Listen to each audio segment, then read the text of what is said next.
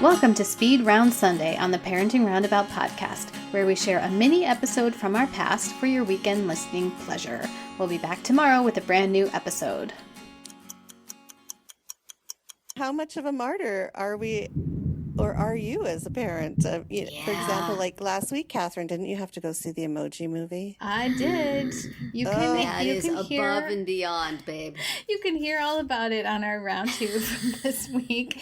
I went and saw the Emoji Movie. I mean, I feel like the martyrdom happens all the time, though. And it's usually small. I mean, it's things like, well, I was going to go take a walk right now, but you need me to drive you to your friend's house right this second. Or, I was about to take a shower, but somebody needs me to take them here or there or whatever. Yeah. Or it's when you're, there's one more piece of pizza left and you would really like that piece of pizza. But do you eat it? No.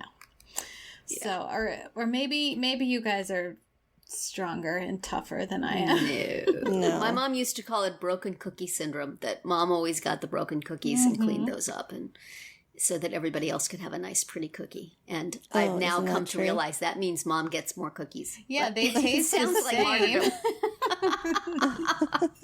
And you can, sort of accidentally drop the box before you open. Oh no. Jeez, these are broken. So there's two sides. So what you're saying is we can also take advantage of this martyrdom syndrome that we have. So, okay, well, I'll drive you to your friends right now, but you need to do the dishes for me when you get home. Well, that's okay. You guys go out and have fun. I'll just stay home and read and watch TV and do all sorts of things I don't want you to know I do. That's okay. That's sort of my martyrdom. Mom's always home working. You guys just go. And then, I play games while they're gone. So nobody will catch me. No. Would I do that? No, certainly I would not. Never. No, I think there's a high level of martyrdom. No, my husband's martyring himself right now by driving the kid in the rain. That's right. So he's got his martyrdom points. For today. I was thinking of tying into our opening discussion, being the one who takes the dog to the vet for the last visit. I did that. That was my martyrdom with one dog. But then my husband went and did it with the second dog, so we're even. We did it together. Yeah, did you? Uh-huh. No. First dog, nobody would go with me. Everybody was too sad. The kids didn't go, but we... Well, I made my daughter go with the second one. And that was probably a mistake. Well, but I don't know. I mean, maybe sometimes they need to see that, right? Or I guess, yeah. It's like a closure thing. I don't know. Yeah. That was my thought. Right. But it's like, I'm not going to do it again. Right. You go do it. But, yeah, I mean, certainly going to see the movie you don't want to see is a big martyrdom thing. Or watching the TV show you don't want to watch. Or, in my case, quite often, reading the book that the child has to read that you really don't want to read. I got an emergency alert coming on my phone now. That's what that buzzing is. That's Flash flood warning. Anyway, the entire middle school agony canon of, books that are supposed to be speaking. No, what's the Speak? I think is that one where the girl is. Oh yeah, she can't talk. I think I remember they're all that. speaking meaningfully to the early adolescent experience and the hellhole of school bullying and misunderstanding parents. And okay, that may be meaningful to those kids, but it is agony for parents to read this because we understand what's going on before the kids understand it, and the parents are always completely clueless and part of the problem. So I never want to read any of those books at all, much less slowly, so that my kids will understand them and then explain to them, do you understand what happened to her, honey? Let me explain to you.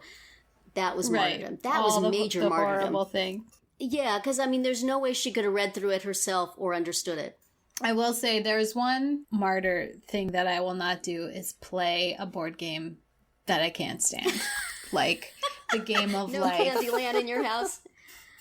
I mean, they're too old for Candyland, but like sometimes the other day my son was like, I said, let's play a game. Okay. He said, how about Game of Life? No. I was like, nope, that's not on the list. I hate that game.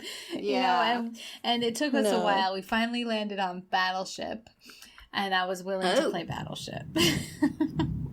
Yeah. But then my husband told him how he used to cheat by stacking up all of his ships into one pile. And so you'd never get a hit because there's only like 4 spots on the board. Yeah. So now you make your ended husband play with Yeah, my son likes playing Uno, and he has his own rules that are expansive and ever-changing. So I would always play with him his way, because nobody else wanted to play with him his way. And finally, I started making up excuses not to play, so now he's stopped asking me, and I feel really bad, and I'll say, come on, can I play Uno with you? No, it's okay.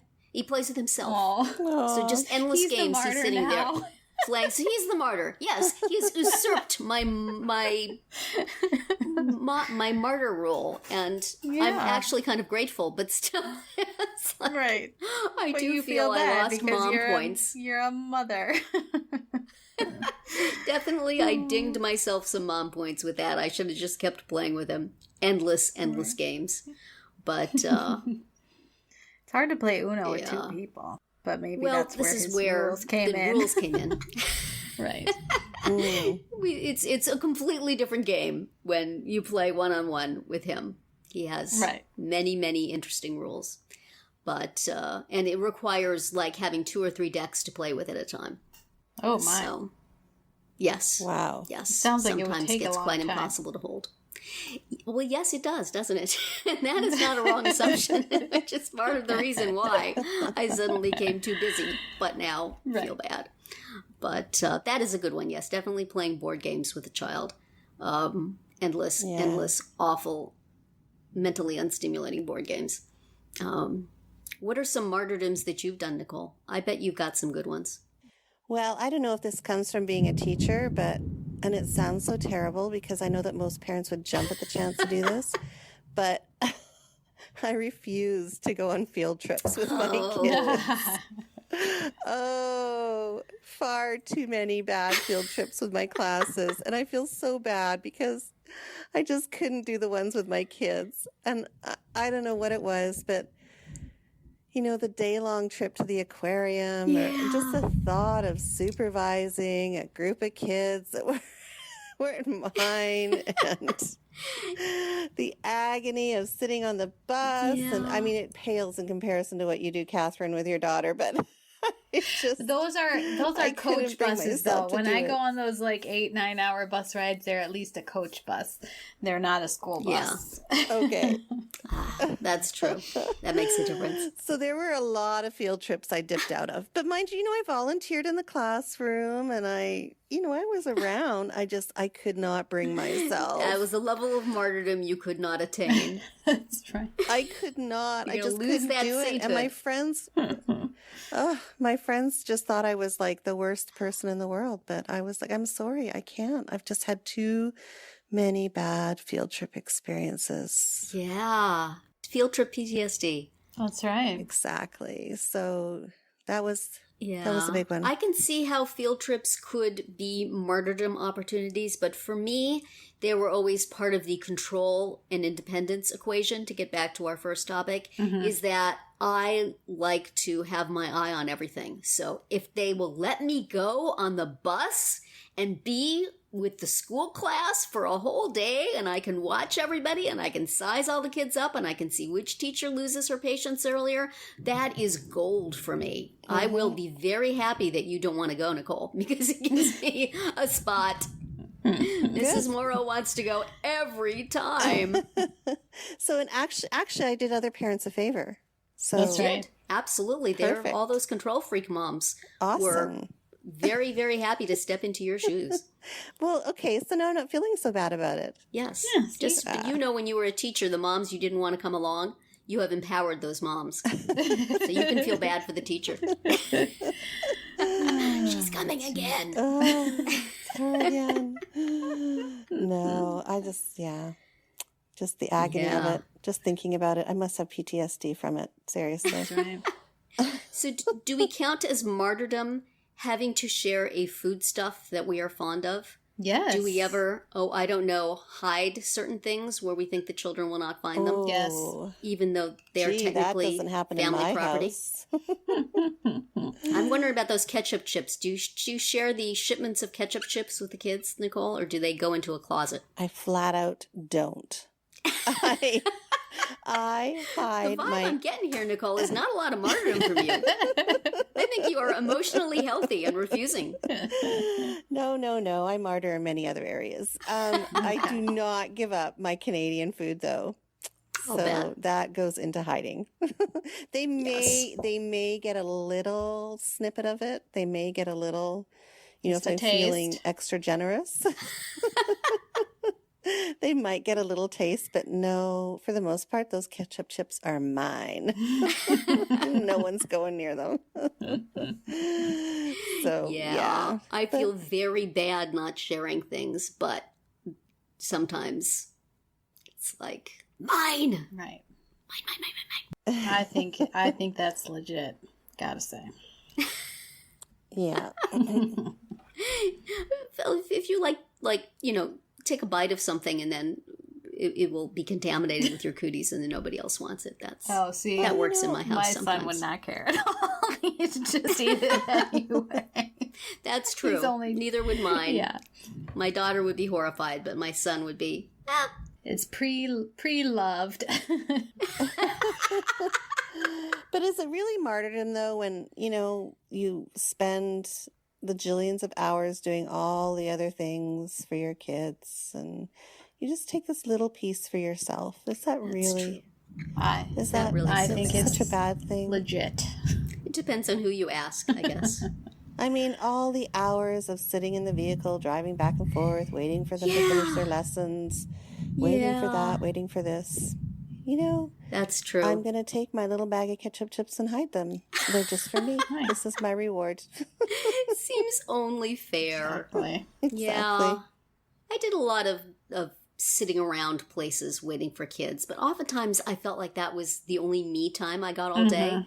My kid is with somebody else and I can read a book or listen to a podcast or work or just, not be on for a little while. So I have trouble thinking of that as martyrdom, though you could certainly spin them that way. Right. It's a lot of time. And like you, Catherine, I will just go sit at the place for the 2 hours. I will sit in my car with my laptop for the 2 hours and wait it out rather than drive back and forth. Yeah. Well, I guess we all have our own various criteria for what martyrdom entails. But when we want to make our kids feel guilty, now or in the future, we will spin we these have things some examples. in the right direction. Yes, we can go for it. That's right.